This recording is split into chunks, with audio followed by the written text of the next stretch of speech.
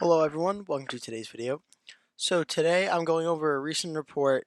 I first saw this in the New York Times, but Politico, as a story I chose to represent it, is that the two Democratic candidates in Georgia are shattering fundraising records ahead of the Georgia Senate runoffs. Now, this is important because typically in congressional races such as Senate, governor, and House races, the amount of money you have raised and you have on hand for your campaign is very important.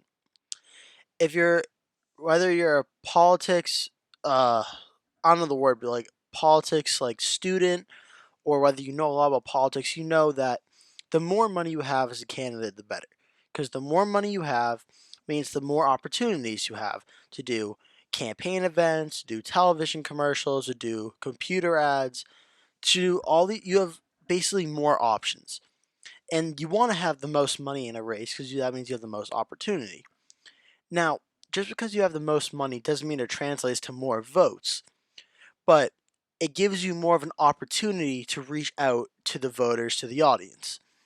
So while having more money doesn't guarantee you'll get more voters, it pretty much gives you a bigger chance to reach out to the voters if you do it effectively. So the Democrats have been massively outraising the Republican candidates, this being Democrats John Ossoff and Raphael Warnock, outraising the Republicans David Perdue and Kelly Loeffler. The massive fundraising haul by the two Democrats, according to the article, is driven largely by small dollar donations. I just want to put that in there because that's pretty important in the age of donations and such. John Ossoff became the best funded Senate candidate in history, hauling in $106.8 million in 2 months. And this was from October 15th through December 16th. Now, it's important to mention the Democrats have spent 93.5 million of the 106.8.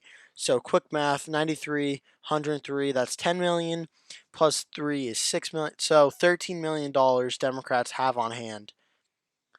Oh, actually, it does the math for me. Perfect. 17.5 million on hand. Oh, why am I trying to do math? What am I doing? All right, good. So, $17.5 million in the bank in the closing weeks for campaigning. David Perdue, who's John Ossoff's opponent, has raised $68 million over the same time period and has spent $58 million. So he has roughly $10 million based on that math. But he also has $16 million in the bank as well. So the bank money doesn't actually add up to the cost minus as I thought it would, but yeah. And Raphael Warnock has outraised Kelly Loeffler. He has raised $103.4 million and has spent $86.1 million. And he has $22.8 million in cash in the bank on hand. Kelly Loeffler has raised $64 million. And the thing about Kelly Loeffler is she might be getting out fundraised, but she's very, very wealthy. She could pour in money of her own if she needed to. And it mentions this here. She loaned her campaign $23 million for the general election, but she's only donated $333,000 in the past 2 months, which is very interesting. It's an interesting move. She spent $48.6 million and has $21.3 million in the bank. In terms of historical fundraising, all four candidates of the Senate races have smashed the previous record holder, which was Jamie Harrison, the Democrat in South Carolina, who in the third quarter raised the most money of a campaign candidate in history for a quarter, for their best fundraising quarter. However, they have all smashed them in this regard. It's important to note here the fundraising advantage for Democrats has given their candidates a massive advantage in TV advertising. As I mentioned, the more money means the more opportunity for TV advertisements, for computer ads, for campaign events, for media outreach. That gives you a bunch of opportunities. Ossoff has spent $67 million on TV since November. Perdue has only spent 34. Warnock spent 53. Loeffler spent 36. So, I mean, that's pretty much the major part for the fundraising part. Now, this just mentions that the GOP has outside groups, meaning there's more outside groups to the GOP coming in, giving them a lot of money. However, I recognize that when it comes to this stuff, talking about money and fundraising might not always be the most interesting stuff, but this is very, very important for the outcome of the race because if the Democrats have a massive amount of fundraising lopsided advantage over the Republicans, this could mean that there potentially is more Democratic enthusiasm and Democratic turnout on the Democrat side. If this means there's more Democratic small donations, that could also be an indicator of more higher Democratic enthusiasm. Now, as I mentioned at the start of the video, we don't know if the money will translate to votes. We won't know that until Election Day. However, all having the money does is it gives you the opportunity to go out and spend the money in how you deem fit.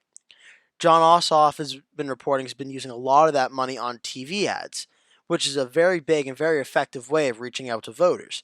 So if he's doing that correctly and his campaign's doing that correctly, he's reaching a lot of Georgia voters, and these TV ads may be having an effect in the race. I mean, the simple fact is, even with all the money they raise, this race, according to the polls, is a 1 to 2 point race. Republican polls tend to think the Republicans will win. Democratic polls think the Democrats will win. We've seen this for a lot of races now. It's pretty partisan, the polling at this point, to be completely honest with you, but it's pretty clear it's a 1 to 2 point race right now. And I don't know if this money advantage will be enough for the Democrats to win, or vice versa. Will the money deficit be too much for the Republicans to overcome? We won't know until Election Day. However, general rule of thumb is if you're in a campaign race, you always want to be the candidate with more money, because the more money means you have more options. So that's going to do it for today's video, guys. Thank you so much for watching. If you liked the video, please leave the video a like. And if you really liked it, please subscribe to my channel and tap the bell icon so you always get notified when I post a new video. Thank you so much for watching, and I'll see you in the next one.